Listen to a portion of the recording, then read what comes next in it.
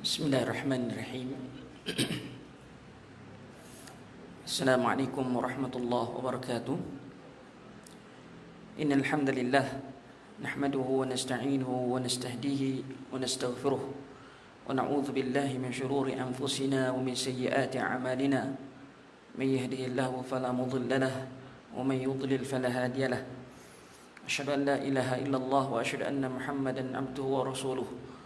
Qala Allah subhanahu wa ta'ala qalu subhanaka la ilma lana illa ma 'allamtana innaka antal alimul hakim. Qala rabbi shrah li sadri wa yassir li amri wahlul 'uqdatam min lisani yafqahu qawli. Wa qala an-nabiy sallallahu alaihi wasallam fa inna asdaqal hadithi kitabullah wa khairal hadi Muhammad sallallahu alaihi wasallam. Wa syarrul umuri muhdatsatuha wa kullu muhdatsatin bid'ah wa kullu bid'atin dhalalah wa kullu dhalalatin fin nar. Kama qala an-nabiy sallallahu alaihi wasallam, amma ba'd. Tuan-tuan sidang penuntun yang dirahmati Allah Subhanahu wa taala, alhamdulillah, syukur pada Allah Subhanahu wa taala. Malam ini kita meneruskan kuliah kita yang berkaitan dengan kitab kita, itu kitab Aqidah Tahawiyah. Syarah, kita akan mensyarahkan kitab Aqidah Tahawiyah. Dan kita berada pada topik beriman kepada hari kebangkitan. Beriman kepada hari kebangkitan. InsyaAllah kita akan bacakan sebentar lagi nas yang disebut oleh muallif rahimahullahu ta'ala. Sebelum tu, dengan rahmat Allah subhanahu wa ta'ala, saya ingin kongsikan satu maklumat lah. Mungkin boleh kita kongsikan benda ni sekadar untuk makluman ataupun maklumat pada tuan-tuan ilmu. Kita berada dalam keadaan PKPP sekarang ni, yang mana kita dituntut untuk hadir ke masjid dengan memakai apa yang dipanggil ni mask, mask kan, untuk waktu solat dan sebagainya. Jadi timbul isu persoalan fiqh berkaitan dengan apabila kita menutup hidung kita. Bila kita tutup hidung itu, apa hukum ketika solat memakai benda ni, kan? Jadi nama Allah Subhanahu wa taala, clear kan soal kalau pakai ni, clear tak? Clear kot, kan? Jadi bila pakai benda ni ketika dalam salat, kita tahu dalam fiqh nama Allah Subhanahu wa taala, anggota sujud ada itu 7, tak? Kita ada Nabi kata liyadani, dua tapak tangan, dua kepala lutut, dan atraful asabi' atraful arjul, maknanya ujung jari kaki. Dan Nabi mengisyaratkan dahi dengan hidung. Dahi dengan hidung. Maka situ menjadi satu perbahasan di sudut ulama, adakah hidung ini termasuk dalam arti kata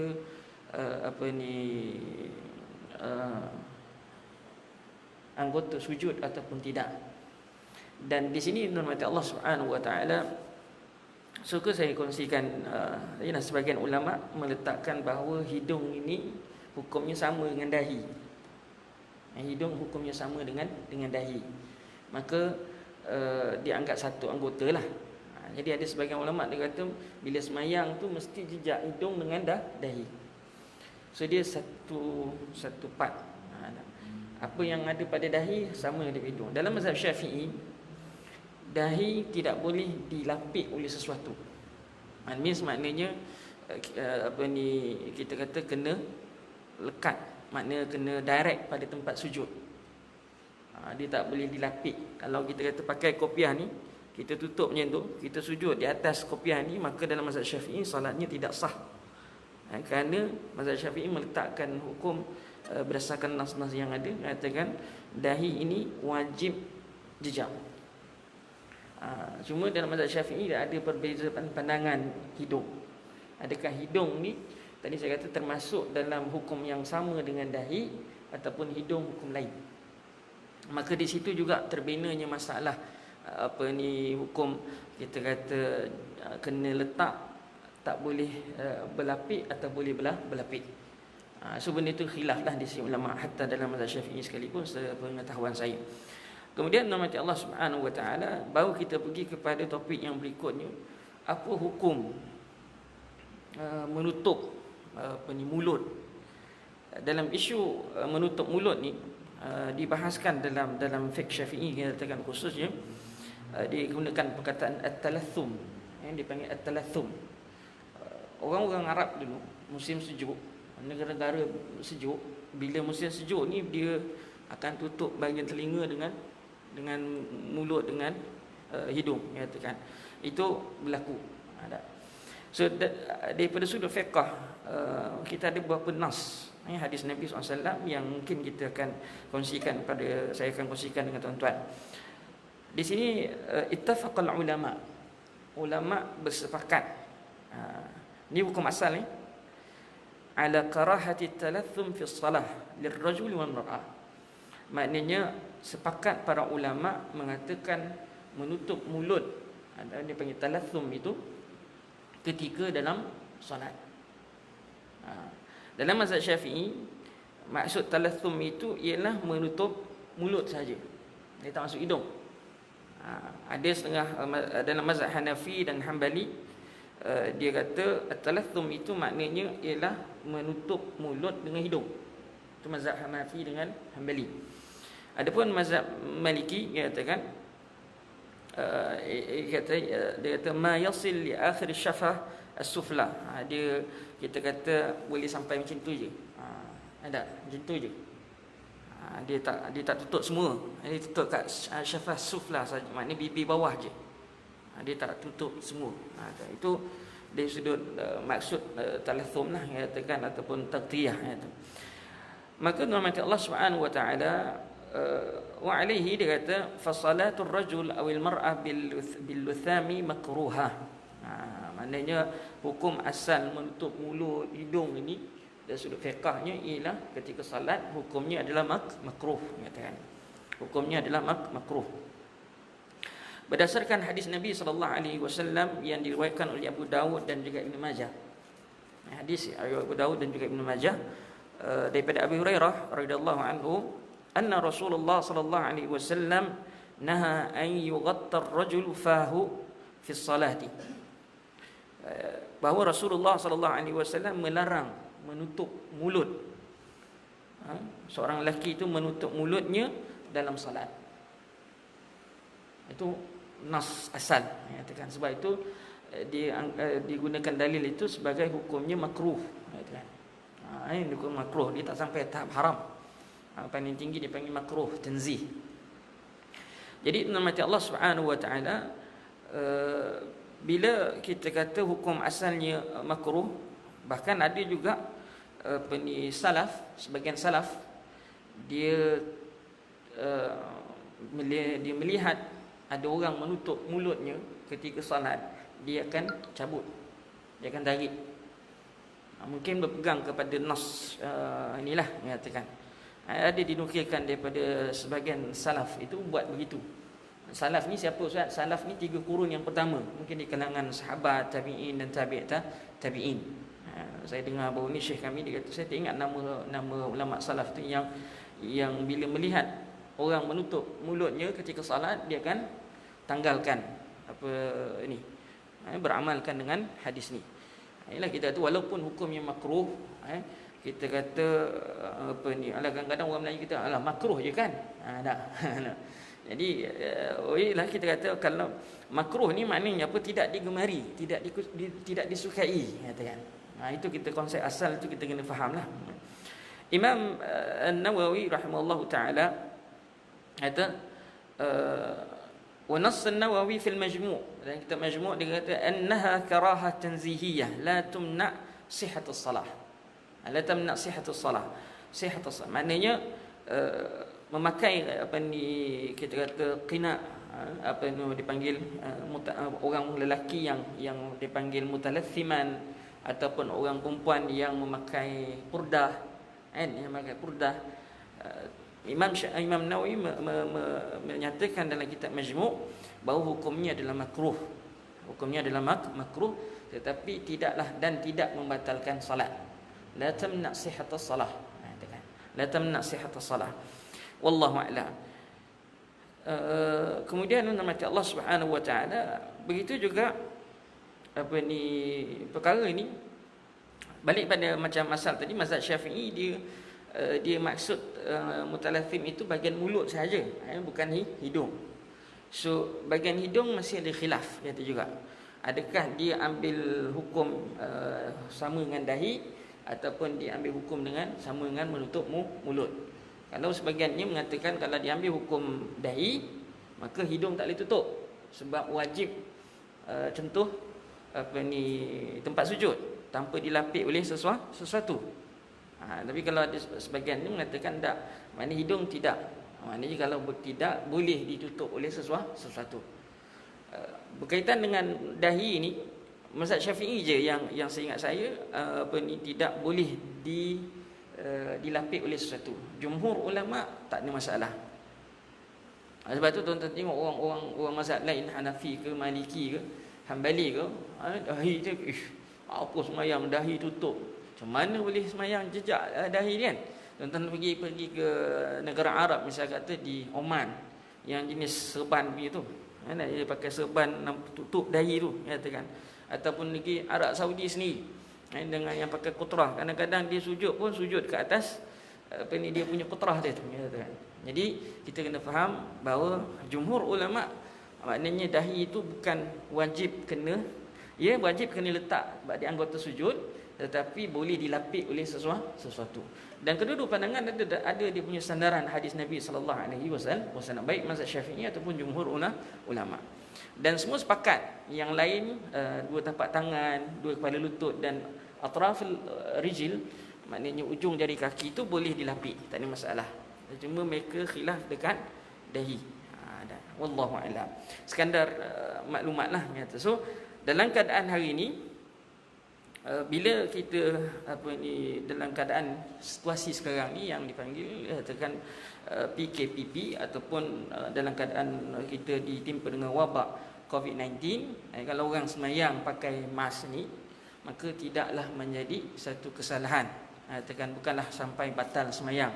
Baik yang mengatakan hidung ni sama hukum dengan dahi, ataupun yang mengatakan hidung ni bukan macam dahi, dia boleh tutup dan sebagainya.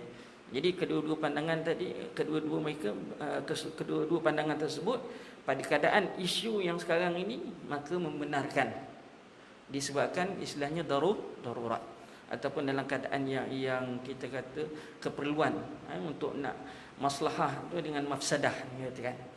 Kalau buka mungkin mafsadah lebih besar berbanding dengan tak makan katakan. Wallahu a'lam katakan. Jadi itu sekadar perkongsian maklumat. Allah, kalau ada orang bertanyalah katakan. Kadang-kadang ada juga orang ialah kita kata yang belajar-belajar tu dia tertanya-tanya juga masalah tu. Wallahu a'lam. Baik. Kita nak lihat topik kita pada malam ni, tuan-tuan mati Allah, berkaitan dengan kata Syekh rahimahullahu taala, Imam At-Tahawi rahimahullahu taala, dia kata kita beriman dengan hari kebangkitan semula, pembalasan terhadap amalan-amalan, pembentangan kitab amalan, hisab, membaca kitab amalan, ganjaran pahala, balasan azab, titian sirat, neraca dan penimbang amalan pada hari kiamat. Sebelum ni kita dah sebut berimannya kita kepada hari kiamat. Dan saya dah sebutkan beriman kepada hari kiamat itu meliputi tanda-tanda kiamat, dan termasuk selepas kebangkitan, termasuk juga azab kubur. Semuanya itu termasuk dalam percaya rukun iman yang keenam, iaitu percaya kepada hari akhirat ataupun yaumul qiyamah. Jadi pada itu kita dah bincang sebelum ni. So malam ni kata Syekh rahimahullah taala, beriman kepada hari kebangkitan. Hari kebangkitan itu ialah selepas berlakunya tiupan sangkakala yang pertama. Dalam hadis Nabi sallallahu alaihi wasallam menyatakan bahawa ma bainan nafkhataini 40 sanah. Di antara dua tiupan sangkakala itu adalah 40 tahun tempoh masanya.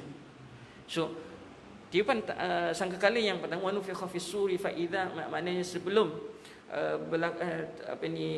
apabila berlakunya tiupan sangkakala yang pertama, maka semua manusia akan mati. Semua makhluk Allah akan mati. Dan tidak ada yang tinggal. Kullu nafsin dha'iqatul maut. Siap yang bernyawa pasti akan mati. Hatta malaikat semua sekali mati. Katakan. Kemudian apa yang berlaku, menunggu tempoh masa tu untuk manusia lah, kita katakan menunggu sampai tempoh masa 40 tahun kemudian berikutnya berlakunya tiupan sangkakala yang kedua.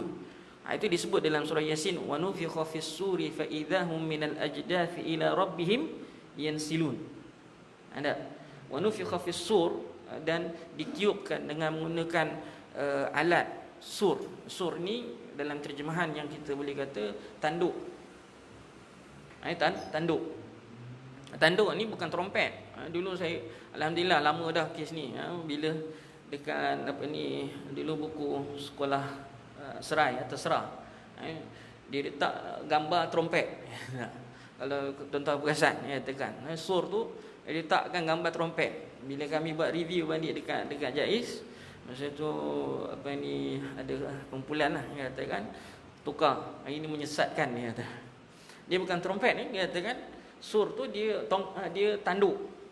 Macam ibarat macam tanduk orang dulu-dulu bila buat pengumuman kan, kalau kat istana kan dia tiup. Tu. Itu dia panggil sur. Kalau nak ada segi terjemahan makna asal lah, katakan. Tapi bagaimanakah sebenarnya, hakikat sebenarnya sur itu yang digunakan oleh malaikat Israfil itu, Allahu a'lam. Cuma kita boleh ambil maksud asal je, katakan. Dan bahkan dalam riwayat-riwayat yang lain mengatakan bahawa corong sur itu baina sama'i wal ard, di antara langit dengan bumi. Bayangkan berapa besarnya sur tu. Ada. Wa nufikha fis suri fa idahum minal ajdathi ila rabbihim yansilun. Fa idahum, dan kemudian selepas dah tiupan ruh tadi, tiupan sangkakala yang kedua, manusia tadi bangkit. Wa nufikha fa idahum minal ajdath. Al-ajdas maksudnya ialah kita kata tempat pembaringan lah, katakan. Maknanya boleh kita kata perkuburan lah, perkuburan, katakan. Jadi kenapa dia letakkan perkuburan? Kerana majoriti manusia ini matinya adalah dikuburkan. Bukannya adakah yang mati kat laut, Ustaz, yang mati dibakar abunya ini, adakah mereka tidak dibangkitkan? Tak. Kita katakan sebab kebanyakan manusia ini, mati Allah Subhanahu Wa Taala, matinya ditanam. Start daripada zaman Nabi Adam alaihissalam, perbalahan yang ataupun pembunuhan yang pertama sekali, bagaimana gagak mengajar macam apa cara nak buat pada saudaranya, katakan, lalu diikut oleh anak kepada Nabi Adam alaihissalam, sehinggalah akhir zaman besok itulah kaedahnya penanaman. Kita tanamkan mayat tersebut. Bukan bermaksud yang tak ditanam tak dibangkit. Innallaha ala kulli syai'in qadir. Jadi kalau tak dibangkit, masalah, katakan. Ada satu hadis Nabi SAW, dia dalam satu hadis Nabi menceritakan kepada kita, ini kisah yang diceritakan oleh Nabi SAW. Saya tak ingat riwayat mana. Menceritakan seorang itu sebelum dia mati, dia telah mewasiatkan anaknya supaya jasadnya dibakar dengan harapan tidak dibangkitkan oleh Allah Subhanahu Wa Taala. Tapi bila apa yang berlaku selepas mati, anaknya pun tunaikanlah seperti mana yang diwasiatkan. Maka mati Allah, dia ni orang yang beriman pada Allah Subhanahu Wa Taala. Dan lalu Allah Subhanahu Wa Taala panggil dia menghadap Allah Subhanahu Wa Taala, lalu tanyakan kepadanya dalam hadis tersebut, nyatakan bahawa Allah Subhanahu Wa Taala bertanya, kenapa kamu buat begitu? Dibuat begitu kerana makhafatan lillah, maknanya takutnya pada Allah Subhanahu Wa Taala. Tapi tuan-tuan jangan buatkan alasan untuk hari ni, katakan takut dia azab bakar, katakan. Tidak, itu kita kata kisah yang diriwayatkan, ceritakan, dan itu tidak boleh jadi hujah untuk jenazah itu dibakar hari ini, tak? Untuk dilepaskan azab ke tidak. Kerana itu mungkin syariat yang sebelum ni ke, Allahu a'lam. Kita tak tahu. Semua disebut dalam hadis Nabi sallallahu alaihi wasallam, dan hadis tu nak fokusnya kepada bahawa Allah Subhanahu Wa Taala mampu untuk buat apa sahaja, menghidupkan balik atau sesuatu dengannya. Cara macam mana kita elak sekalipun, Allah Subhanahu Wa Taala mampu buat apa sahaja yang dia nak dengan kata kun fayakun. Jadi maka jadilah. Ada. Baik, tuan-tuan yang mati Allah Subhanahu Wa Taala sedang menuntun kita kata apa ni, fa idahum minal ajdathi ila rabbihim yansilun. Ada. Yansilun dalam bahasa Arab maknanya ialah bergerak pantas. Dia bergerak pantas. Wa nufiqa fis suri fa idahum minal ajdathi ila rabbihim yansilun. Qalu ya, bangkit, terus bangun. Bangun-bangun tu, keadaan manusia itu ketika itu dibangkitkan dalam keadaan seperti mana sabit dalam hadis Nabi sallallahu alaihi wasallam, yub'atsun nas yaumal qiyamah hufatan urata ghurla. Ada 3 ciri yang disebut dalam hadis itu. 3 ciri manusia ni dibangkitkan. Pertama, dia kata hufat. Hufat means maknanya berkaki ayam, tanpa selipar. Yang kedua, urat. Urat maknanya ialah bugil, tanpa pakaian, tanpa selipar, tanpa pakaian. Ghurla kita katakan tidak berkhatan, sama macam dilahirkan. Sebiji. Macam mana kita lahir dulu, ibu kita melahirkan kita tanpa kaki, tanpa selipar, tanpa baju, dan juga kita katakan tanpa berkhatan. Tak sunat. Begitulah juga besok kita dibangkitkan besok keadaannya. Cuma bezanya masa kita dilahirkan kecil, esok kita dibangkitkan dah dewasa lah, katakan. Terus dewasa. Jadi tuan-tuan mati Allah Subhanahu Wa Taala, apa itu? Yansilun. Qalu ya wailana man ba'athana min marqadina hadha. Ada. Bangkit-bangkit je manusia tu dah terbagi kepada 2 kumpulan. Terbagi pada dua kumpulan. Qalu ya wailana man ba'athana min marqadina hadha. Qalu ya wailana, berkata orang kafir, siapa yang telah membangkitkan kami daripada tempat pembaringan kami, min marqadina hadha. Ada. Mereka menyangkakan mereka tak mati. Orang kafir ni kan mereka iktikadkan bahawa tidak ada kehidupan selepas mati, katakan. Maka nama Allah, qalu ya wailana man ba'athana min marqadina hadha. Kemudian jawab orang-orang yang beriman, hadza ma wa'ada ar-rahman wa sadaqal mursalun. Ini adalah janji Allah. Tak, janji ar-Rahman. Ada. Pada makhluk kita tu, pada kita semua, katakan wa sadaqal mursalun, dan benarlah apa yang disampaikan oleh rasul-rasul sebelum ini, katakan. Ada. Wallahu a'lam. Jadi tuan-tuan mati Allah, manusia itu dibangkitkan dalam keadaan kita kata 3 keadaan tadi, telanjang bogil, berkaki ayam, dan tidak berkhatan. Adakah sepanjang masa begitu? Tidak. Tidak. Mula-mula tu je, katakan. Lepas tu kita akan beroleh pakaian. Kita akan beroleh pakaian. Dan orang yang disabit dalam hadis Nabi SAW, orang yang pertama yang menerima pakaian itu Nabi Ibrahim Al-Khalil. Nabi Ibrahim Al-Khalil. Kemudian kita akan menuju ke padang mahsyar. Itu tertib yang kedua lah, kalau saya ingin sebutkan secara tertib perjalanan tu. Apabila manusia itu bangkitkan daripada kubur, maka kita akan pergi ke padang mahsyar. Mahsyar ni tempat berkumpul. Tempat berkumpul. Mahsyar kita dekat dunia ni kat mana? Tak. Sebelum kiamat, apa dalam hadis Nabi SAW, mahsyar kita dekat dunia ni, kita kata di Syam. Sebelum berlakunya tiupan sangkakala yang pertama. Sebelum berlaku tiupan sangkakala yang pertama itu, manusia ini akan berkumpul di Syam. Seluruh manusia yang ada ketika itu, akhir zaman besok, semua akan berkumpul di Syam. Kenapa berkumpul kat Syam? Hadis Nabi SAW menyatakan bahawa dunia ini ketika itu dipenuhi oleh api. Api yang mana keluar daripada Ka'ra Aden. Ka'ra Aden ni di Yaman. Daripada situ bermulanya api, lalu sampai ke timur dan barat. Yahsyurun nasu ila mahsyarihim. Maknanya mereka, api tadi akan mengumpulkan manusia tadi ke tempat mahsyar. tempat kumpul. Tempat kumpul, iaitu apabila ditafsirkan dalam hadis tersebut, disyarahkan hadis tersebut, tempat mahsyar kita kat dunia besok akhir zaman di Syam. Di Syam, katakan. Tuan-tuan boleh tengok, boleh bacalah dalam berkaitan dengan apa ni, kita kata kelebihan Syam tu ada sebut. Kenapa Syam ni, apa fadilat Syam. Syam ni termasuklah Palestin, Syria, apa ni kita katakan Mesir, kita katakan area itulah, kita katakan kawasan tu. Dan juga Palestin, sikit Lebanon, semua tu termasuk dalam negara Syam, kita katakan dulu. Wallahu a'lam.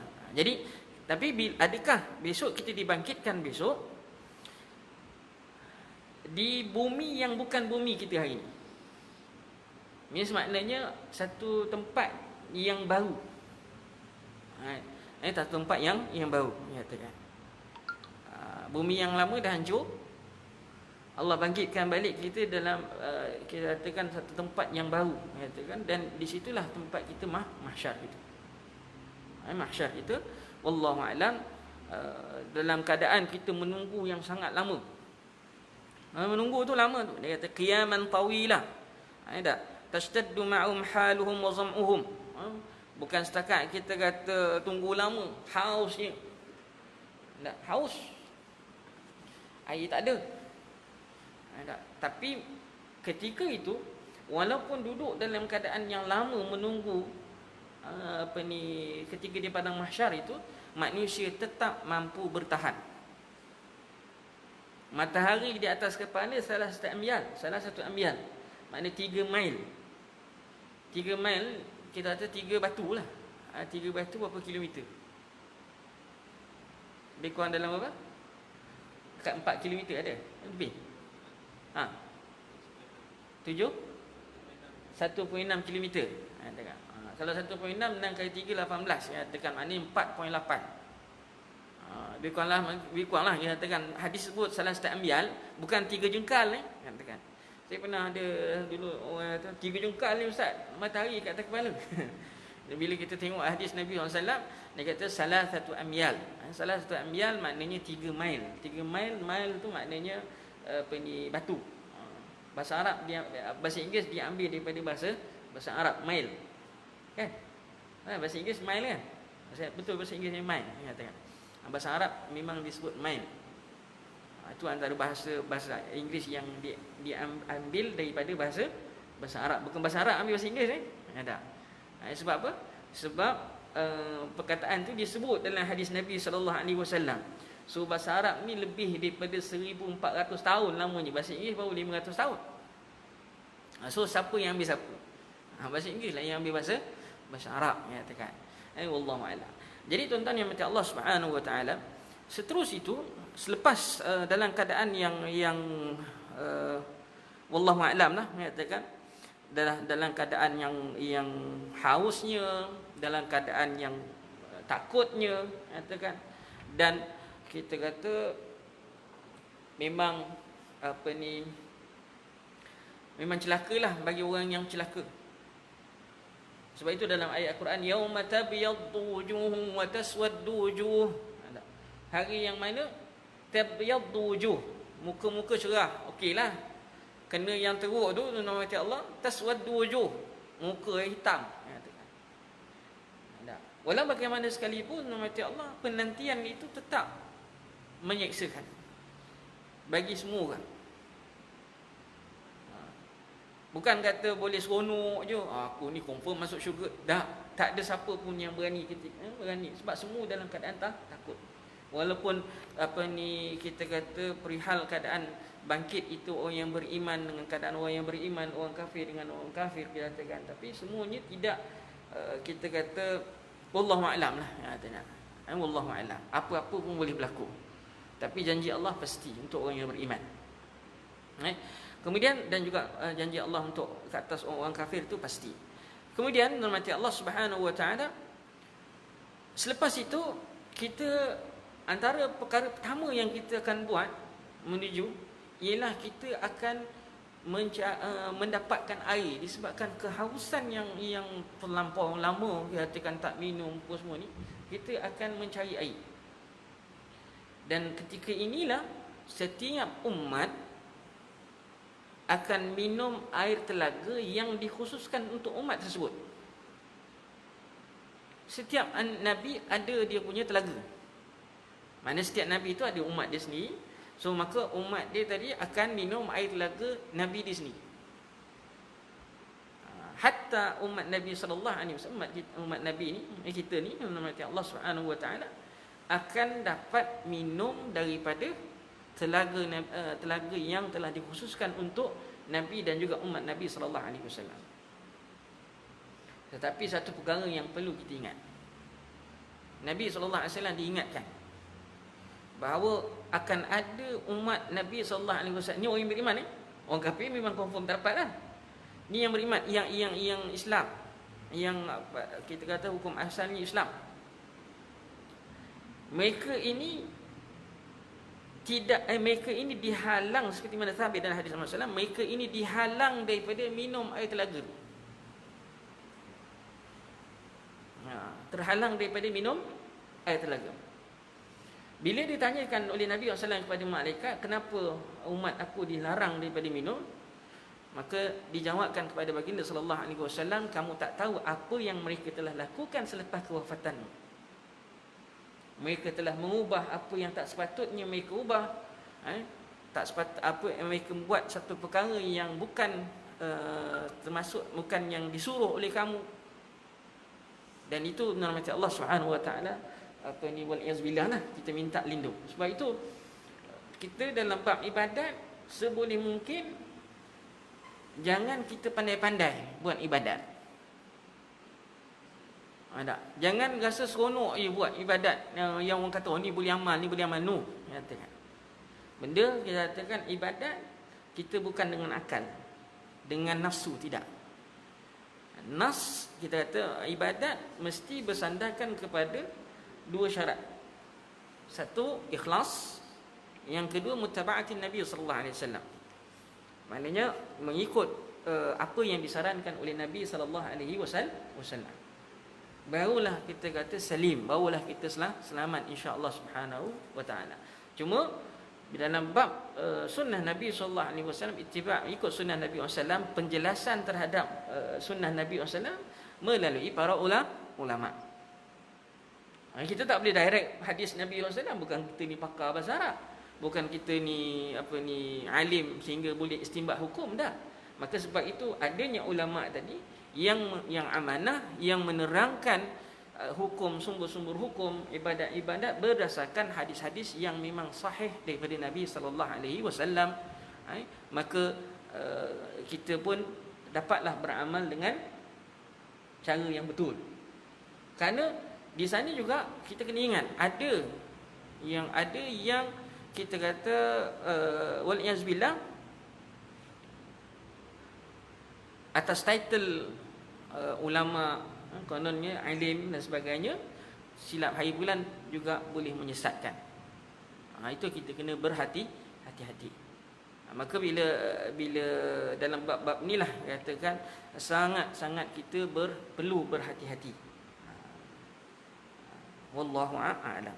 Baik, kemudian nama Allah Subhanahu wa taala dipanggil haud, dalam bahasa Arab dipanggil haud.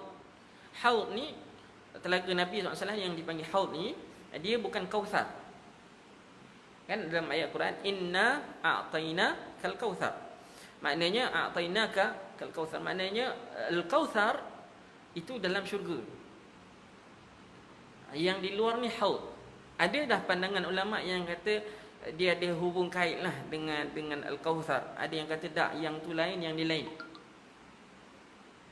Yang tu lain, yang ni lain. Dan adalah kita kata beberapa hadis-hadis Nabi SAW berkaitan dengan telaga kautsar. Saya nak pergi seterusnya menghormati Allah. InsyaAllah kalau ada ini kita boleh pergi detail berkaitan dengan telaga kautsar itulah dan haud Nabi SAW. Tuan-tuan yang mati Allah Subhanahu wa taala, satu hari di hari kebangkitan itu, maknanya selepas dibangkitkan, kita ni bila dah dibangkitkan besok, kiraannya satu hari 50 tahun, 50,000 tahun. kiraannya satu hari bersamaan dengan 50,000 tahun dunia. 50,000 sanah, kana miqdaru 50,000 sanah dalam Al-Quran Ma'arij, dan surah Ma'arij data saya. Kiraan hari di umpama tu di hari akhirat lah, selepas dibangkitkan, kiraannya ialah perumpamaannya satu hari itu 50,000 tahun dunia. Sekarang ni dunia ada lagi, dunia ni ada lagi. Kiraannya ialah satu hari di sisi Allah Subhanahu Wa Taala itu bersamaan dengan 1000 tahun dunia. Dan surah dalam surah Sajdah kana mana ayat ni? Auzubillahi minasyaitanir rajim. Apa ayat dia? Astagfirullah. Kana miqdaru 1000 sanah, nyatakan. Mana? Apa ayat dia? Yaum buat sekarang? 1000 sanah mimma ta'udun. Ada awal ayat dia apa? Tak datang dah ayat. Astagfirullahalazim. Tengok.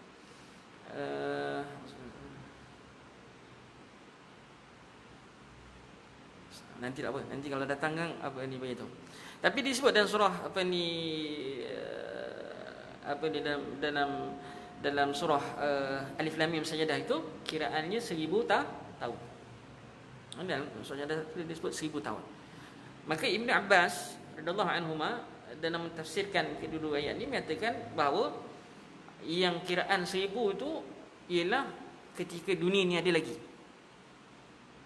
Adapun kiraan 50,000 tahun dalam surah Ma'arij katakan adalah selepas kiamat. Itu hari akhirat. Jadi tidak ada percanggahan. Sebab ada orang jumpa, tak, ayat Quran ni macam canggah Ustaz ni katanya. Senang-senang dia kata ayat Quran canggah. Dia kenapa? Kerana ni mungkin sebab dia baca terjemahan, tak? Dia baca ayat, baca terjemahan, baca ayat, baca terjemahan. Jadi rajin baca, alhamdulillah bagus katakan. Tapi bila baca-baca tu dah mungkin kerap selalu baca, jadi dia jumpa ayat-ayat yang bercanggah tu. Konon-kononnya pada zahir yang kita nampak, yang dibaca tu nampak bercanggah, dia kata ayat ni macam canggah Ustaz. Kata no. Kita baca adab, kita baca Al-Quran, kita tak boleh keluarkan kata-kata bahawa dalam ayat Quran ada percanggahan. Tak ada. Itu adab kita. Kalau kita nampak macam ada percanggahan pada zahir ayat tu, terus kata ni aku yang tak faham. Balik pada kita, aku yang tak faham ayat ni. Maka rujuk kepada orang yang lebih alim, lebih tahu.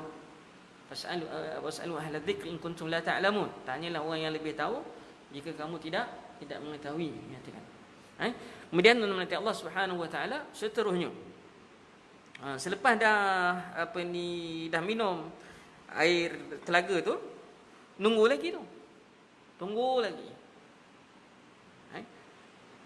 Kemudian seterusnya bila dah tunggu lama tu, berlakulah syafa'atul uzma. Syafaat besar. Syafaat besar ni ialah milik Nabi kita, Nabi Muhammad sallallahu alaihi wasallam. Kita ramai-ramai ni semua ni manusia yang hidupkan besok pergi jumpa dengan Nabi Adam. Nabi Adam tolak. Nak minta Nabi Adam pohonlah syafaat kepada Allah agar dia percepatkan hari Hisab. Nabi Adam tolak. Kata kau pergilah jumpa dengan Nuh, fa innahu awwalur rusul. Pergilah jumpa dengan Nuh. Nuh tu adalah rasul yang pertama. Di sini ada sikit perbahasan.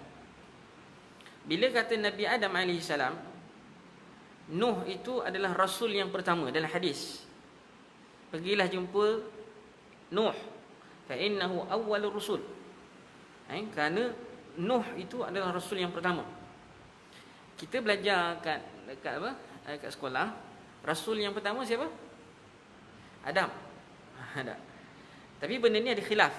Ada khilaf di sisi ulama. Adakah Nuh itu tafsir dalam setengah ulama dia tafsir gini, katakan Dia kata Nabi Adam adalah tetap rasul yang pertama, tetapi bila dalam hadis tu mengatakan bahawa Nuh, pergilah jumpa dengan Nuh, Nuh adalah rasul yang pertama, ialah merujuk kepada selepas berlakunya banjir besar. Manusia ni katakan kita kata seolah-olah macam Nabi Nuh itu adalah rasul pertama setelah berlakunya banjir yang besar. Itu antara takwilan yang disebutlah. Walaupun sebahagian yang lain ulama kata tidak, memang Nabi Nuh adalah rasul yang pertama. Inna auhayna kama auhayna ila Nuh, sesungguhnya kami mewahyukan kepada kamu wahai Muhammad sama seperti yang kami wahyukan kepada Nuh alaihi salam. Wallahu a'lam. Itu ada sedikit perbahasan di sisi ulama. Tapi tak ada masalah pun. Katakan benda tu bukanlah kata semua sepakat Nabi Adam adalah nabi, tapi cuma khilafnya adakah dia seorang rasul ataupun tidak. Dia adakah dia rasul ataupun tidak. Wallahu a'lam. Jadi benda tu ada khilaf dalam perbahasan masalah nabi dan juga rasul. Jadi benda tu tidaklah kata berat sangat ke benda tu sampai isu yang besar, tidaklah nyatakan. Wallahu a'lam. Kemudian nama Allah jumpa Nabi Nuh tolak jumpa Nabi Isa. Sekali pergi jumpa dengan Nabi kita Nabi Muhammad sallallahu alaihi wasallam. Maka semua orang cakap minta minta supaya dipercepatkan hari Hisab. Nabi SAW bila orang semua sampai dia kata ana dzak. Akulah memang orangnya. Katakan. Akulah memang orangnya yang akan meminta syafaat pada Allah Subhanahu, minta syafaat dengan Allah Subhanahu wa taala untuk dipercepatkan hari Hisab. Maka Nabi SAW pun pergi menghadap Allah Subhanahu, sujud di bawah arasy Allah Subhanahu wa taala. Akhirnya ringkaskan cerita, Allah kata, maknanya angkat, bangkitlah kamu, dia kata isfa' tu syafa'. Mohonlah apa yang kamu nak mohon, itu syafaat tadi, maka kamu akan diberikan apa yang kamu minta. Isfa' tu syafa'. Wallahu a'lam. Jadi tuan-tuan yang dirahmati Allah Subhanahu wa taala, seterusnya dah berlaku syafaat itu, dah dapat syafaat apa semua,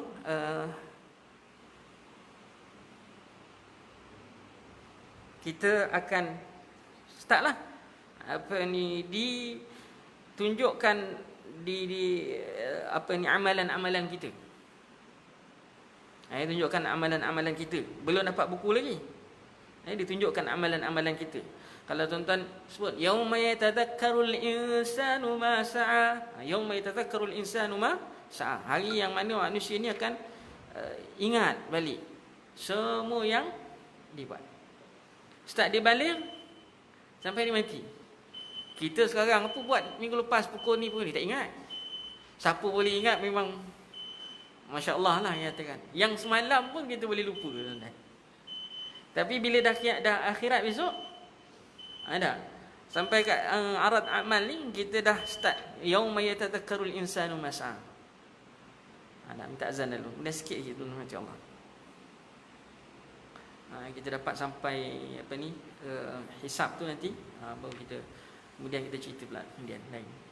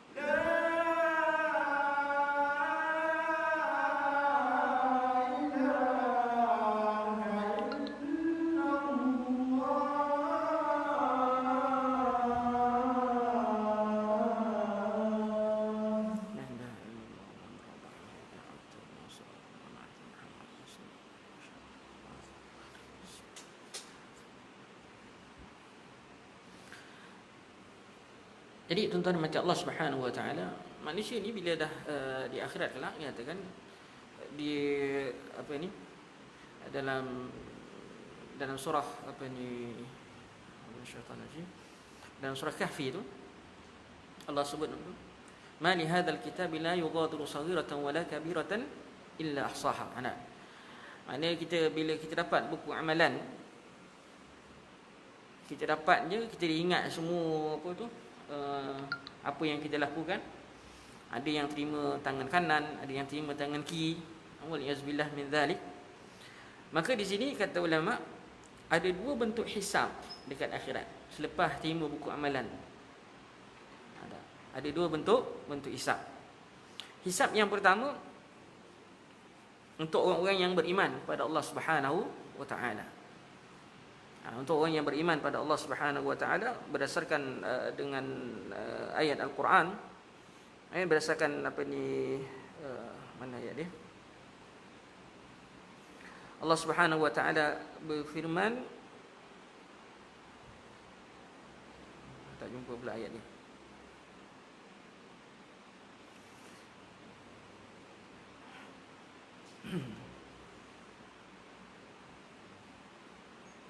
Okey.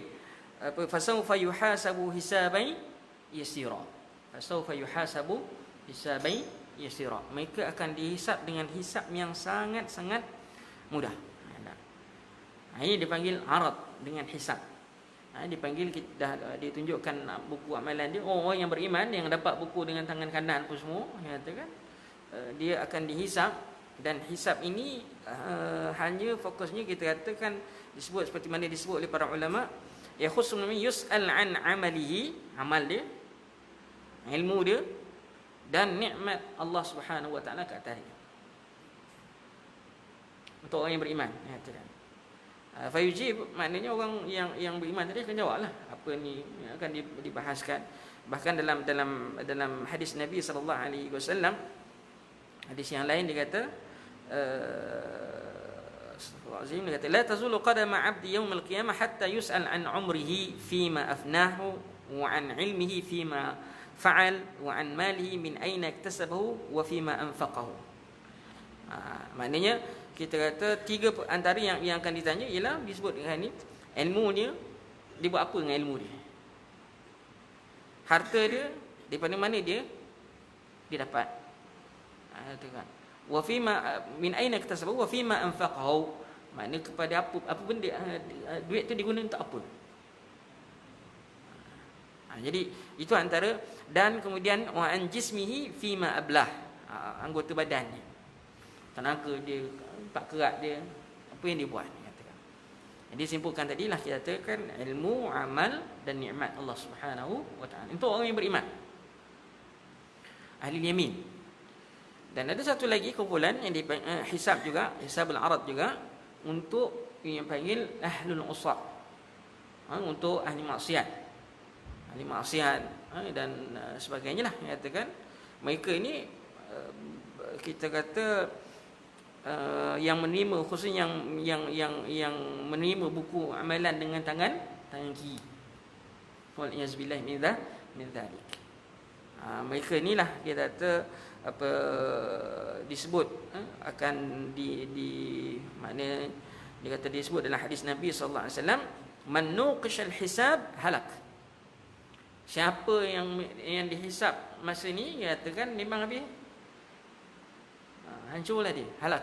Maknanya kita tu untuk orang-orang yang dipanggil ahlu usat, orang ahli maksiat, dan juga golongan kafir. Bahkan golongan kafir ini juga ada khilaf di ulama, adakah mereka akan dihisap ataupun tidak. Kerana kafir ada memang confirm lah, katakan kafir tempatnya adalah apa ni, uiddat lil kafirin. Mana neraka tu memang dah sediakan untuk orang kafir, tak perlu nak hisap pun tak apa. Tapi ada setengah ulama kata mereka juga dihisap. Ini khilaf juga dari sisi ulama. Dan antara nas yang diguna pakai oleh yang mengatakan tak dihisap untuk golongan kafir ni, kerana mereka akan terus dimasukkan ke dalam neraka Allah Subhanahu wa taala.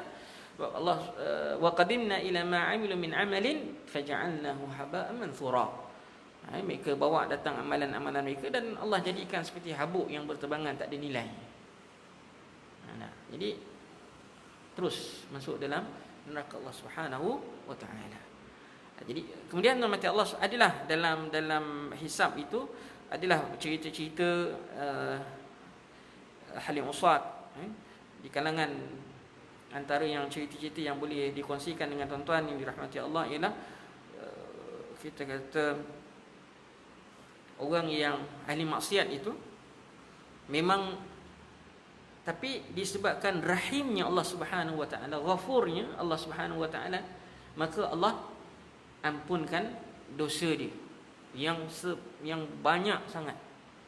Memang dia tak ada buat amal langsung, dia orang Islam. Ada, tetapi amalan tak ada, kosong. Dia panggil hadis bitaqah. Kad tersebut tertulis padanya kalimah syahadah je. Lam ya'mal, makna dia tidak melakukan apa-apa amalan langsung.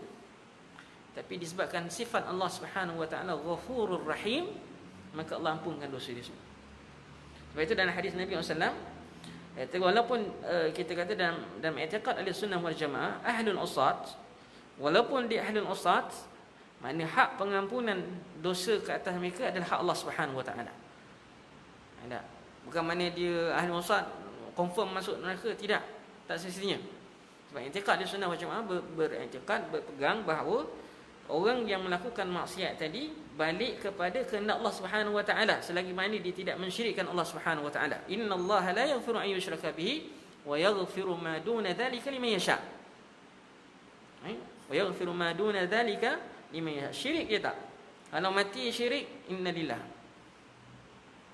Maksudnya dengan hadis Nabi SAW yang lain, man atani yaumal qiyamah, siapa yang datang kepada aku dekat hari kiamat, bi khirabil ardi khataya, dengan seisi bumi dosa dibawa, aku juga akan bawa kepadanya seisi bumi pengampunan untuk orang tersebut selagi mana dia tidak mensyirikkan Allah Subhanahu wa taala. Ada. Wallahu a'lam. Jadi tuan macam orang kafir memang dah jelas confirm masuk neraka katakan. Tapi ahli usat ada dibalik kepada idza arada, apabila Allah berkehendak untuk ampun, Allah boleh ampun. Wa idza arada an yu'adzibahu, kalau Allah nak azab dia, itu semua balik kepada iradah Allah Subhanahu wa taala. Sifat iradah Allah Subhanahu wa taala. Moga-moga Allah ampunkan dosa kita semua tentang mati Allah, dan Allah tempatkan kita semua dalam syurganya. Amin ya rabbal alamin. Jadi insya-Allah kita akan kupas lagi nama mati Allah lepas ni.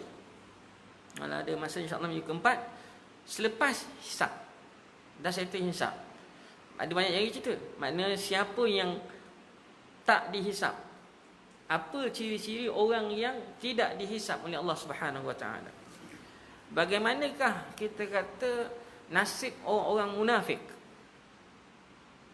Nasib orang-orang yang munafik katakan. Dan bagaimana perjalanan selepas hisab itu nak menuju ke sirat.